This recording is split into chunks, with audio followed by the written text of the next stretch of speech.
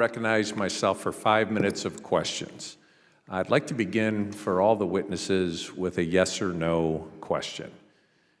Do you believe that federal research funds should be used to support research involving individuals or entities that appear on U.S. government-restricted entity lists?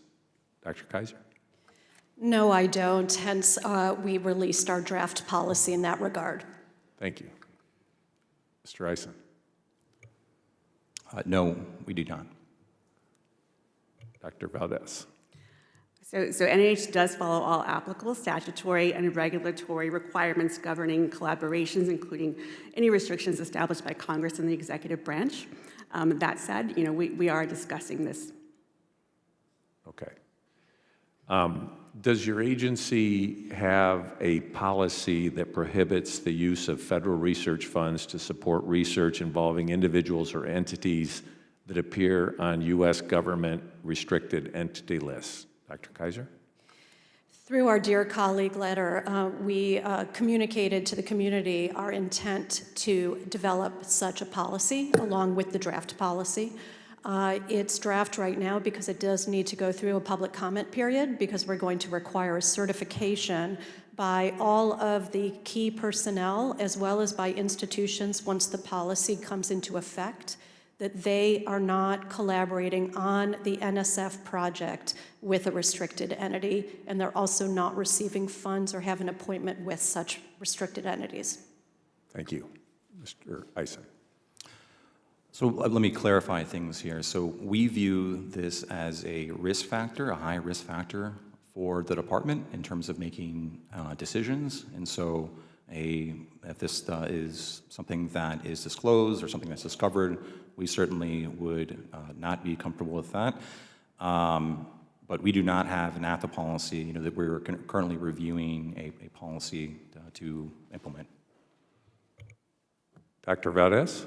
So we do regularly screen our awards to determine whether or not individuals are collaborating with entities on the restricted list. And as Dr. Eisen mentioned, or Mr. Eisen mentioned, we also consider that a risk factor. So it's something that is definitely considered. For those, first of all, I appreciate, Dr. Kaiser, your efforts to do the Dear Colleague and to get feedback towards a policy. Let me ask you this, Mr. Eisen and Dr. Valdez. Why has your agency not implemented a policy to stop taxpayer-funded research collaboration with groups? These groups have already been identified by the federal government as presenting national security, military, export control, sanctions, or human rights concerns. I recognize you're using the term high-risk factor, but given the fact that these are already on entity lists that the federal government has designated to be dangerous for the United States, why wouldn't you have a policy on that? I'll go first. So we are currently reviewing the NSF policy, right? It was just announced last week. This is something that we're studying with inside the department. We have a series of mitigations that are in place that I am happy to discuss today. That includes the Science Technology Risk Matrix for protecting critical and emerging technologies that are unclassified. We have, as I noted in my testimony, the Foreign Government Sponsored Affiliate Activities Order. These are attempts, as well as many other things, updates to DOE Order 142.3C, Unclassified Foreign National Access Program.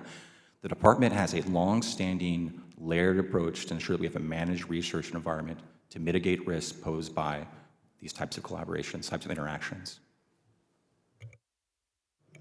Yeah, as I mentioned, this is something that we're definitely discussing, particularly after seeing NSF's policy come out. We agree that it is a concerning risk factor, and it's something that when we do identify this, we do take appropriate mitigation steps to alleviate the risk or mitigate the risk. So again, something that we're discussing and absolutely see the concerns. Well, thank you for that. And I would just say that I appreciate the discussions are ongoing, but I do believe now is the time for action, and the best way to mitigate the risk would be to develop a policy, publish the policy so that our entire federal government has a consistent standard that can be known throughout the research community. So thank you, and with that, recognize the ranking member for his questions.